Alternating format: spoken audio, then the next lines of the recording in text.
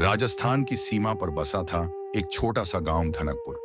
यह गांव बाकी गांवों से अलग था क्योंकि यहाँ एक किंवदंती बहुत मशहूर थी। कोई भी रात के समय ठाकुर हवेली के पास नहीं जाता। इस हवेली में कभी एक मशहूर ठग रहा करता था राजा सिंह। कहते हैं अपने जाल में अमीरों को फंसाकर उनकी हत्या करता और उनके धन को चुरा लेता। लेकिन एक दिन अचानक वो गायब हो गया। बस उसकी बेटी नयनतारा रह गई। नयनतारा को लोग ठग की बेटी कहते थे और उससे दूर भागते थे। गांव वालों को लगता था कि उसमें भी अपने बाप जैसे ही खून दौड़ता है।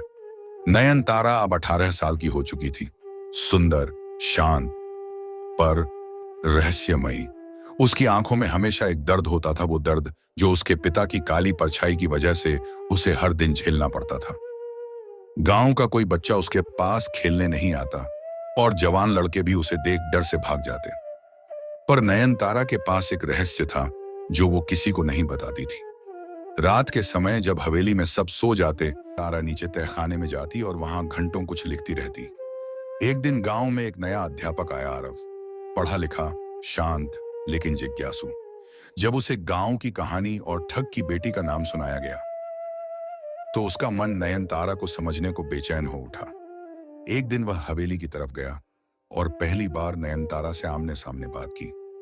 तुम्हारी आंखों में डर नहीं, अकेलापन है, आरव ने कहा। नयनतारा चौंकी पर फिर बोली, क्या तुम मुझे भी ठग की बेटी समझते हो? आरव मुस्कुराया, शायद नहीं। कुछ हफ्तों में आरव और नयनतारा की दोस्ती गहरी हो गई।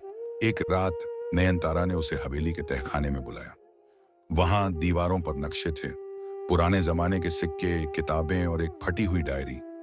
ये सब मेरे पिता का सच है, नयनतारा ने कहा। क्या मतलब? आरव चौंका। मेरे पिता ठग नहीं थे।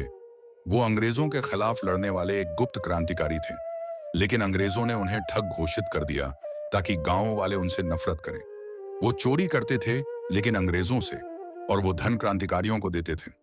और अब? आरव ने पूछा। अब मैं वो काम पूरा करना चाहती हूँ, उनके लिखे दस्तावेजों और सबूतों को सरकार तक पहुंचाना, ताकि उनका नाम बदनाम न रहे। लेकिन ऐसा करना आसान नहीं था। गांव का सरपंच यशकाल में अंग्रेजों का वंशज था, नहीं चाहता था कि यह सच बाहर आए।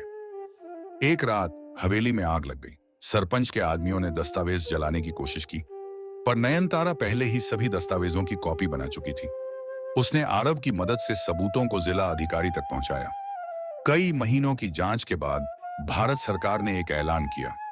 राजा सिंह देशभक्त थे, न कि ठग। उनकी बेटी को सम्मानित किया गया। अब लोग नयनतारा को ठग की बेटी नहीं, पुत्री कहते थे। कभी किसी को उसके परिवार के नाम या अतीत से मत आंको। हो सकता है जिस इंसान से तुम डरते हो वही सबसे सच्चा हो।